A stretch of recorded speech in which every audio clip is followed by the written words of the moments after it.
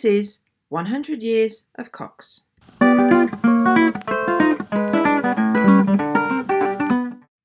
You are listening to a podcast by Frances Thompson. I'm telling the story of 10 siblings from the Minnie Cox family through the letters they wrote to each other. They were born in England between 1868 and 1884. 7 of them lived in England and 3 lived abroad in the colonies.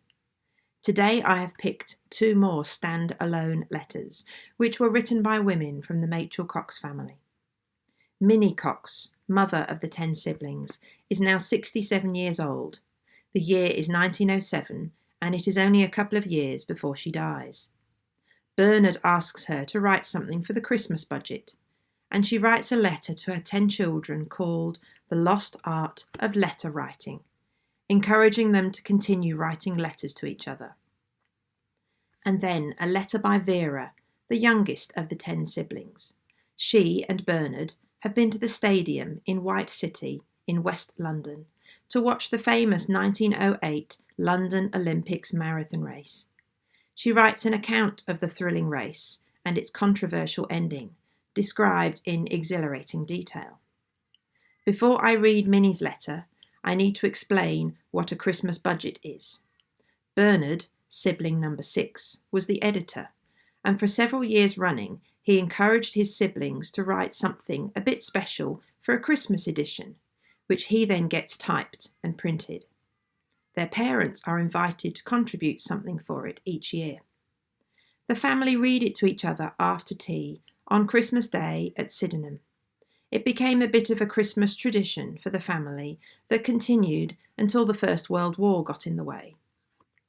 The Christmas budget was then posted around England for the other siblings to read, before being posted abroad to the foreign brothers, before then being posted back to Sydenham to be stored there. Each Christmas edition had poems, stories, limericks, recipes, and all sorts of humorous bits and pieces. Mother's piece about letter writing was published in the December 1907 Christmas edition of the budget.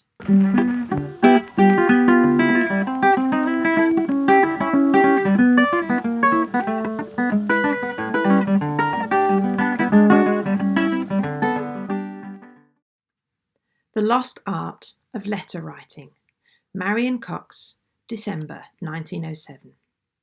My dear family, I have been asked to contribute to the Christmas budget, but having no idea what subject to select, I have followed Bernard's suggestion to write a letter on the lost art of letter writing.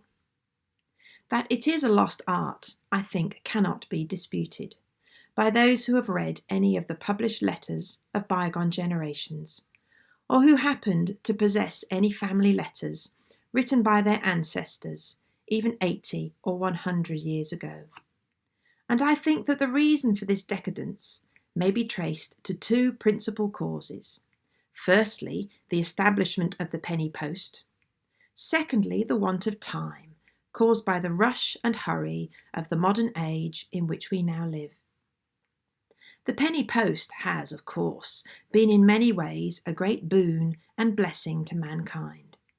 But when we think of the very heavy cost of letters in olden times, which was almost prohibitive to ordinary folk, so that a frank from an MP was a favour most eagerly sought for, we cannot wonder a letter was then a very serious matter, and that much thought and consideration was needed to compress all the information which it was desired to give into the very smallest compass allowable.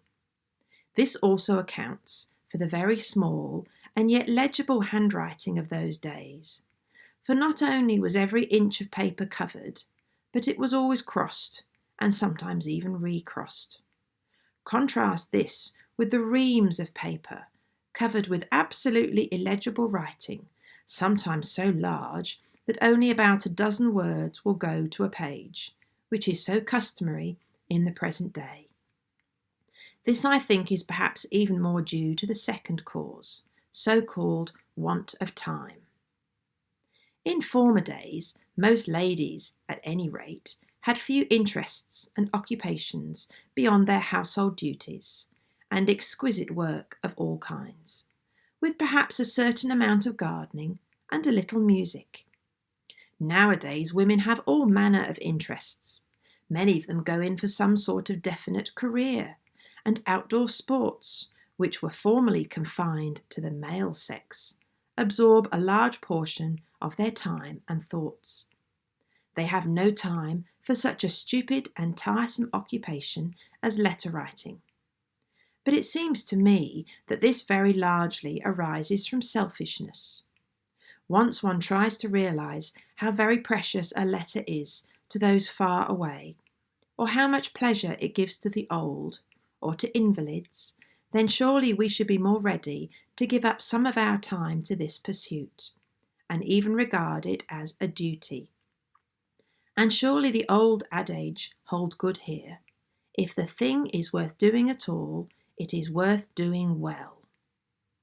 Personally, I think that the first requisite for a good letter is to call up before your mind's eye the person to whom you are writing. At once you seem to know what things will specially interest them. And just as in conversation, you do not tell an event or express your opinions or feelings in the same way to different people, so it should be with a letter.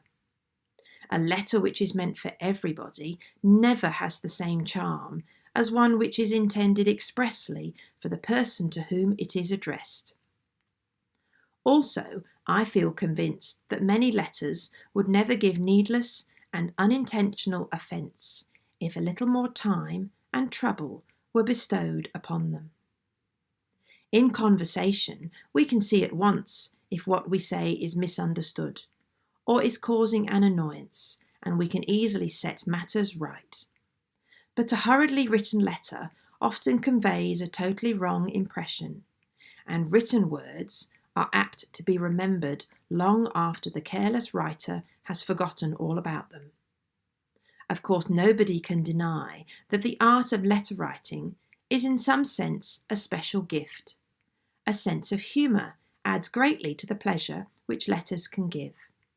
Then again, very reserved people find great difficulty in expressing themselves, and shrink from seeing their feelings expressed in black and white. But I feel quite sure that the art can be cultivated, just as much as any other gift or accomplishment. And from the point of view of the very great pleasure which can thus be given to others, I think it is an art which is well worthy of cultivation. There are other points which might be considered, such as the loss to future generations of the vivid pictures of home and public life in our own day, which we so enjoy in the annals of our ancestors. But my letter has already run to a great length and tends to become very prosy, so I will conclude with a quotation. A letter timely writ is a rivet to the chain of affection, and a letter untimely delayed is as rust to the solder. If my letter tends to promote a cultivation of the art of letter writing in my own family, I shall feel well repaid for my trouble. Your affectionate mother, Marian Cox. Notes on this letter. Marian Cox, who was also known as Minnie, was the mother of the 10 siblings, wife of Dr. John Charles Cox, and my great-great-grandmother. She was a fabulous letter writer. She wrote a letter every week to the 8 children who did not live at home. She had a particular day of the week for writing to each child, and she kept that routine every single week for many, many decades. It was her encouragement that persuaded the siblings to start writing the budget. They comment frequently, in later years, how Mother would have loved these letters, and how glad they were that she encouraged them to begin. Her mother, Matilda, and her uncle, Christopher, were also both great letter writers, who no doubt taught and encouraged her on how to write a good letter, which would be appreciated by the person who received it. But the most fascinating part of her letter is, I think, the stamps, the cost of postage, and the penny post. If you are interested, Read up about the penny black and the penny red online. Posting a letter in the 1800s was incredibly expensive, which was why even wealthy Matilda sends her letters back home to Yorkshire with friends who are travelling there, rather than paying for postage. In her letters, she talks about how it is cheaper for post to come via steamship from Hull to London than it is to post a letter overland by carriage. A franc from an MP appears to have been a form of corruption hundreds of years ago. A politician could allow his friends and family to post their own letters with his franc on them, so they didn't have to pay the expensive cost of postage. I remember my own grandfather showing me an old family seal in the 1980s and telling me how hot wax was originally used to seal up a letter. Originally, there were no envelopes. The piece of paper was written on, then folded several times and sealed with hot wax, so the paper became the envelope as well. I can't remember if the family seal I was shown was from the Cox family or the Machel family. There are still old houses in England with a tiny letterbox built into the front door. They were small because paper was expensive, so the envelopes were small. Our ancestors would be amazed at how we waste paper today and also how cheap it is in comparison. I wonder if Mother is having a slight dig at Vera in this letter. She comments on how young women now play sports, which was still a new and shocking thing for the older generation. Mother is perhaps criticising Vera for playing a lot of hockey and tennis and not writing letters to the older members of her family instead. Which is interesting, as after Minnie dies in 1909, Vera does indeed then become a great letter writer. She takes over Mother's role of writing a letter every week to Wilfred, Neville and Aldwyn. They are the three brothers who live abroad. A few of the letters she wrote to Aldwyn have survived, and Aldwyn, in turn, wrote a letter to Vera every single week from 1909 to 1960 when he died on the island of Likoma in Malawi. 50 years of letters exchanged between a brother and a sister. This was not including the letters they wrote for the family budget. Vera was the last of the 10 siblings to die in 1974.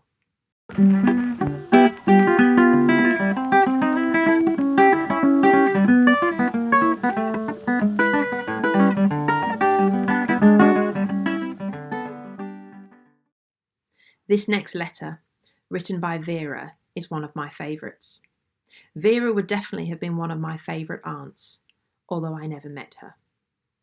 The White City Stadium in West London was built for the 1908 Olympic Games. The cinder running track measured 536 metres, which is 586 yards, which meant 3 laps of the stadium equalled 1 mile.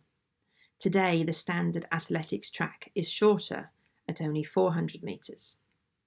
The swimming and diving events took place in a pool right in the middle of the stadium, and a concrete cycle track was built around the outside of the running track next to the spectators. Gymnastics and wrestling events also took place in the centre of the track. If you went to watch the 1908 Olympics, there was a lot to see without leaving your seat. If you have time, right now, I suggest you stop this podcast and go and watch the original black and white footage of the 1908 marathon finish, and then you can carry on with the podcast.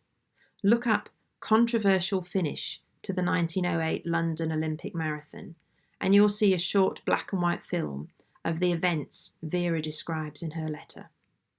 Several short films and a lot of photos are available online depicting the 1908 Olympics, which were really quite remarkable as an historical event. If you don't have time to watch Pietro Durando, the Italian pastry chef, finish the 1908 marathon right now, then I really do recommend that you watch it later. Vera's letter. St Albans, 13 Longton Avenue, Sydenham, 29th of July, 1908. Dear family, Rain, rain, rain, beastly rain has caused the Crystal Palace tennis tournament to be abandoned. It is most disappointing. We only had one day's play, during which I succeeded in breaking a string of my racket. I was knocked out in the ladies' doubles and the mixed doubles, both after very good matches, but I succeeded in getting through a round of the singles pretty easily. Today I've had 5 shillings returned to me, I suppose because I was still in the singles. I've still got the finals to play off for the club bowl and for the ladies' doubles of the Forest Hill Club. I am keeping the budget a fortnight this time, as Edmund is being left out, and it is no good sending it to Avis in the last week of term. I'm rather glad to be able to do this, as several interesting things have happened lately. Firstly, I think I must tell you about the marathon race, although you will all have read far better accounts in the newspapers by now. Bernard and I had good seats close to the royal box, and so we saw very well. The stadium was simply packed. Hundreds of people were turned away. It reminded me of the Crystal Palace football ground on a final cup tie day, only the crowd seemed more orderly and much larger. The American section was very lively, with their most extraordinary rah, rah, rah, and they made a tremendous noise if an American won an event. But there was no doubt that the Americans were not popular with the majority of the people. We went early in the afternoon and we saw various interesting events, including a very fine swimming relay race, a running relay race, pole jumping, wrestling and hurdles, before the time for the great event drew near. Meanwhile, we were kept informed as to the progress of the marathon race by 2 men walking all round the stadium, holding up a huge board with the numbers of the leading men in order. Also a man with a megaphone rushed about at intervals, and if you were lucky, every now and then you heard what he said. In this way, after the first 10 miles, it was pretty evident that the English were out of it completely. And apparently Hefferon was winning, with Durando and Hayes next. At about 4:45, people seemed to get quieter with expectation, and as the minutes dragged by, excitement rose and everyone had their eyes glued on the entrance until it became quite painful. It seemed hours since we had heard that Hefferon, the leading man, was within 2 miles of the stadium. Then, at about 5:05, various officials came rushing in at the entrance. You could just catch a glimpse of motor cars and bicyclists arriving, and then a confused noise in the distance, which suddenly burst into a roar of Durando. The cry was taken up by the densely packed masses of people in the stadium, as a tottering figure was seen to appear, until the noise was absolutely deafening, and the excitement seemed almost suffocating. Then, more wonderful still, an almost dead silence succeeded, as the people took in what an awful figure Durando looked. A smallish man in crimson knickers and crimson handkerchief tied round his head tottered onto the track, with his legs almost giving way under him, and apparently blind. Officials sort of guided him round the track, then suddenly he fell. About 30 officials and friends crowded round. After a few seconds, he staggered up again, and a burst of cheering once more broke forth. Then a few yards more, and he was down again. 3 times this happened, and each time as he fell, he was surrounded so that one could not see what happened. But when he got up, he was quite clearly running by himself. As he got up the 3rd time, another figure appeared, Hayes, the American, and the crowd was in an agony lest Durando should not win after getting to the stadium so many minutes before anyone else. Durando, with a final effort, gave a pitiful kind of spurt, and then, just as one was beginning to breathe again, he fell once more, about 20 yards from the tape. Meanwhile, Hayes, who looked about as bad as Durando, except that he managed to keep on his feet, he was slowly making his way round the track, staggering from one side of the track to the other. It was like a nightmare to see the one man lying like a log a few yards from the tape, and the other man gradually staggering along behind, slowly but surely lessening the gap. Then the crowd round Durando suddenly moved. Apparently he was on his feet again. This was the time when he was helped, though it was not evident to us sitting in the stands. Hayes was a few yards behind him. Durando, apparently absolutely unconscious, lurched over the last few dreadful yards and fell over the tape with Hayes a short distance behind. Well, the crowd yelled itself hoarse, whilst both Hayes and Durando lay unconscious on the grass. The ambulance hurried up, and they were both carried off. Meanwhile, the Italian flag went up, and the USA flag was underneath, for first and second. It was not until 2 hours after that anyone knew that Durando was disqualified. I was in the exhibition when I heard the news, and it quite spoilt the rest of the evening for me.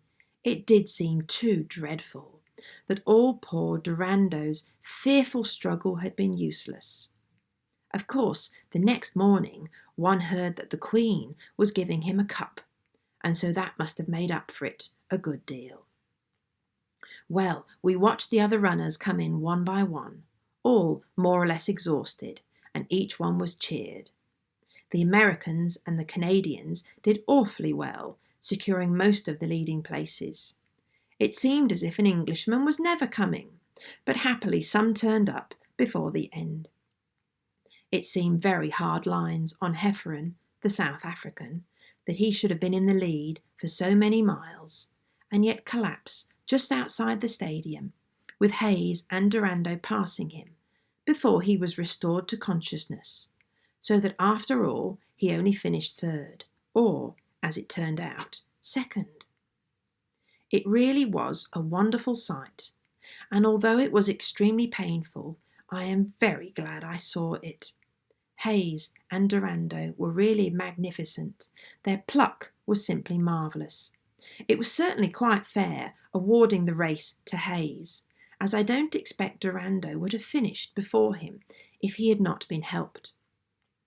Bernard went to the prize giving the next day, and he said that although Hayes was cheered very much, and of course deservedly so, it was simply nothing to the ovation Durando received from the crowd. Almost everyone seemed to regard him as the real victor. I hope I have not wearied you all with describing what you must have read 2 or 3 times already in the newspapers, but having seen it, I felt bound to describe it as best I could. Yesterday we had a very different outing. Father and Mother and little me went to the House of Commons to have tea on the terrace with Mr. Ryland Adkins. It was very interesting, but not nearly so swagger as I expected. It seemed to me the exception to see a member who was a gentleman, but perhaps that is a little sweeping. Mr. Adkins has aged a great deal and certainly not improved in appearance, but, poor man, he had been at an all-night sitting the night before, and what is more, he looked it. Everything was awfully jolly, ripping, quite delightful, when all the time it was clear that he was longing to get rid of us. It really quite made me laugh to see what an effort it was for him to listen to Father's endless stories, and how bucked up he was when Mother sort of said, "What a great man you are," at intervals. I have won another prize for tennis. I got second prize of 8 shillings at our annual Allen Wanderers tournament the other day. We drew for partners, and then each couple plays every other couple. There were 6 couples, and we played 11 games each match. We had only one tennis court, and it just took us the one day to get through it comfortably. It is always great fun and good tennis, as the couples are very evenly matched.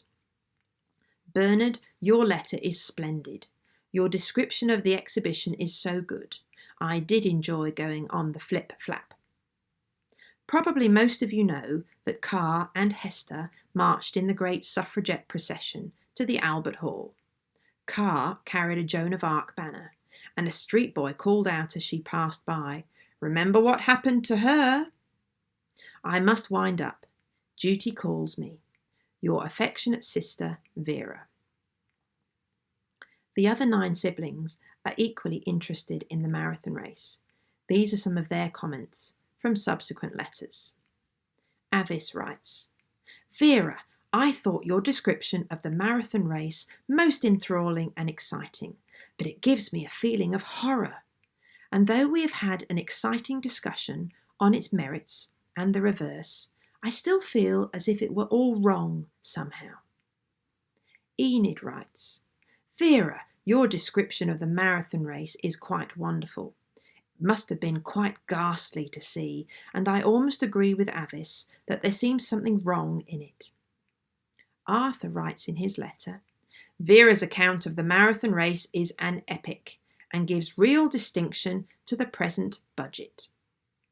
Cuthbert writes, "I thought Vera's account of the marathon race was splendid. It doesn't seem to me as if enough account had been taken of the extraordinary heat of the day. Otherwise, I don't suppose they would have been nearly as exhausted. The Olympic Games have certainly not added to the reputation of the Americans as sportsmen. Yet, perhaps inconsistently, it doesn't seem as if people had been quite fair to Hayes, who after all was only a minute worse than Durando in a 25-mile race, and was quite justified in his protest." Meanwhile, poor Edmund had been left out of this round of the budget. His siblings believed he needed a punishment, due to the many occasions on which he had kept the budget too long.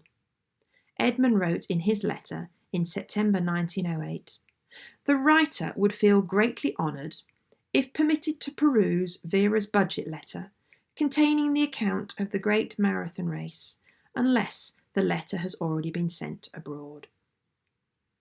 Notes on Vera's letter. I must first mention the suffragettes and the flip-flap.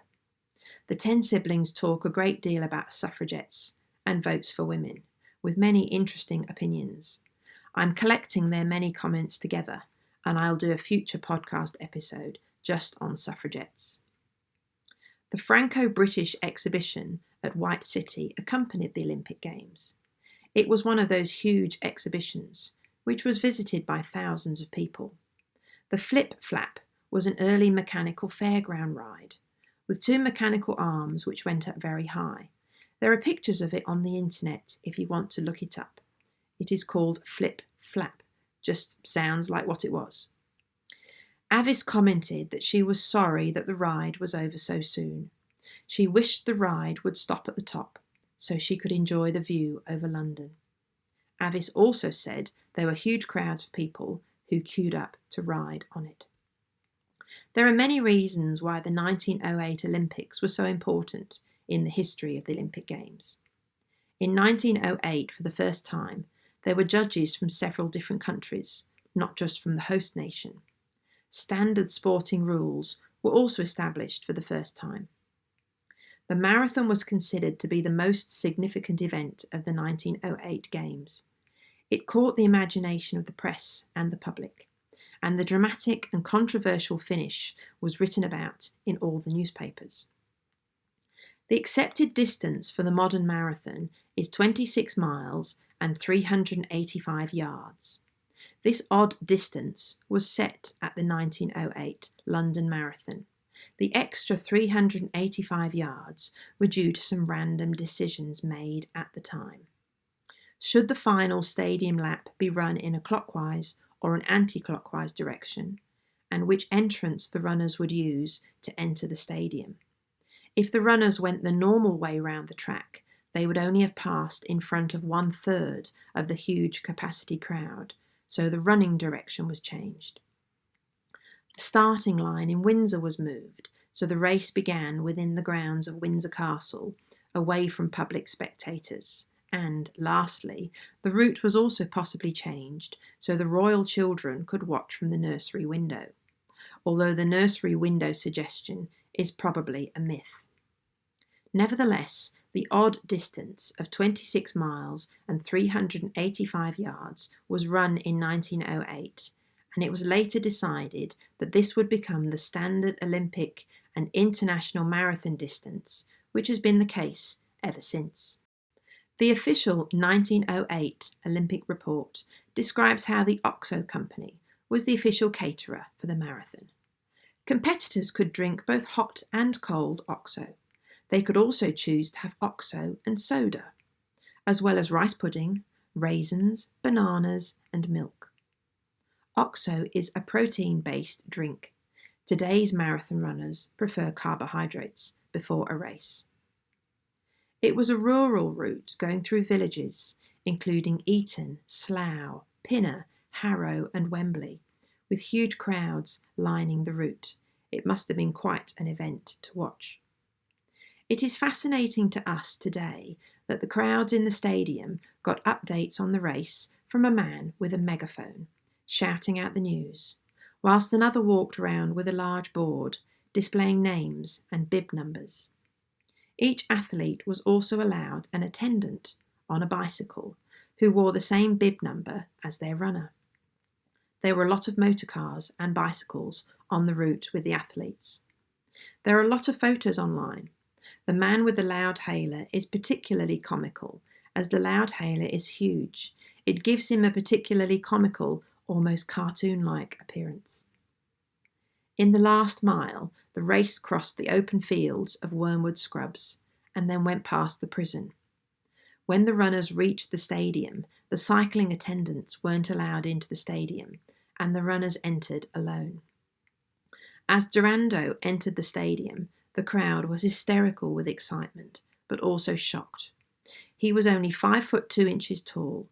He was wearing the number 19, and he looked as if he was at death's door. It was a hot summer's afternoon. He was dehydrated and confused, and initially he tried to go around the track in the wrong direction. He then fell 5 times as he headed for the tape, during which time both Hayes and then Heffron entered the stadium.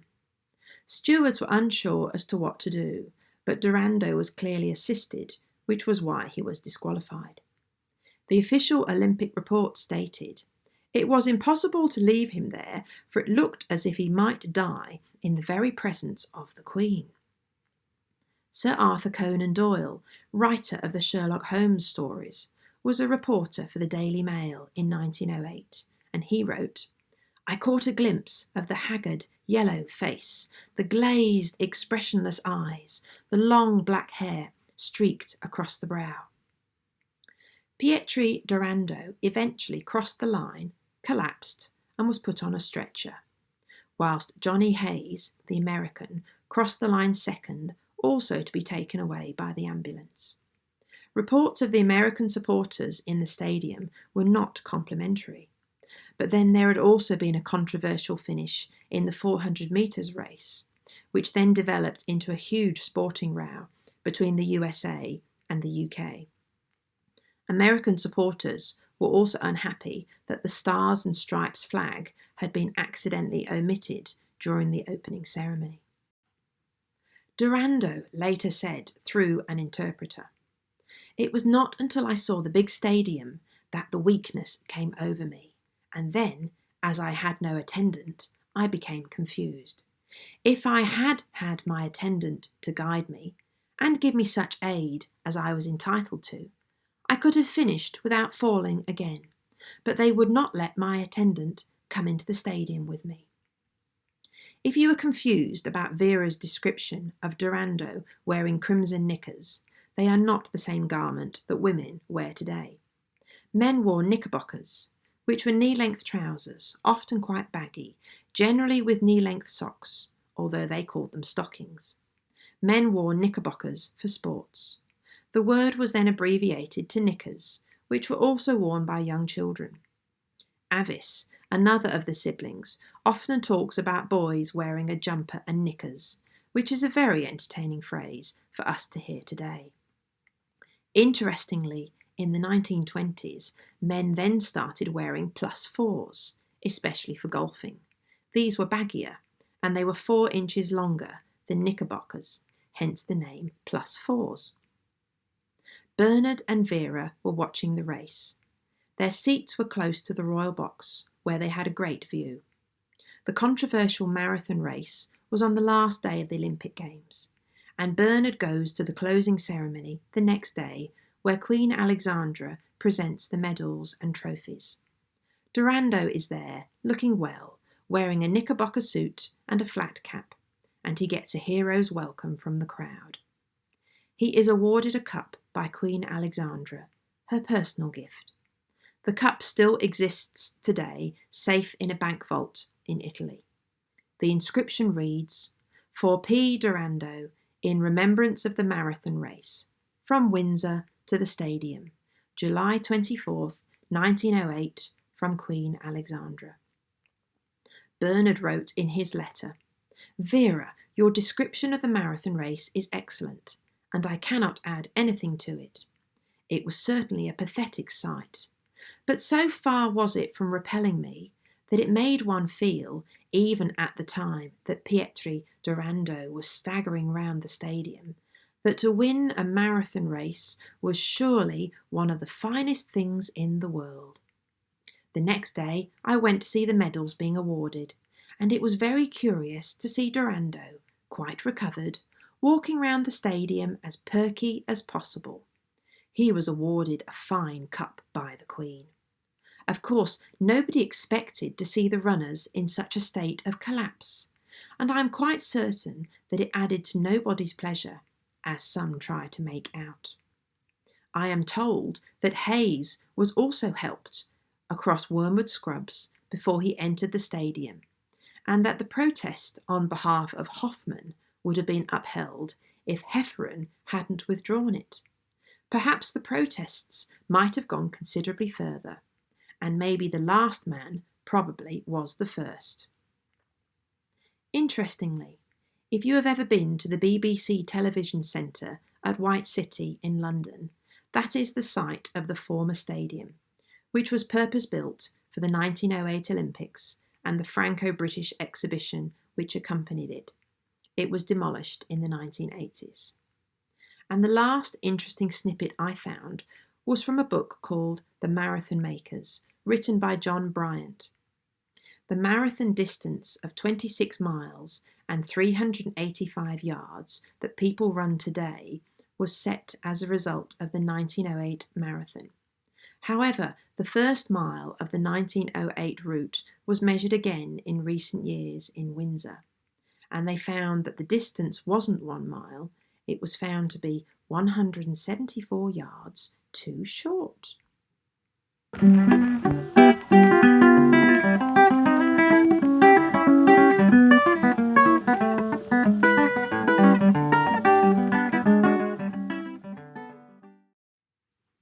In the next episode of 100 Years of Cox, I will read 2 fascinating historical accounts, one of them written by Dr. Cox and the other by his son Edmund, who was sibling number 2.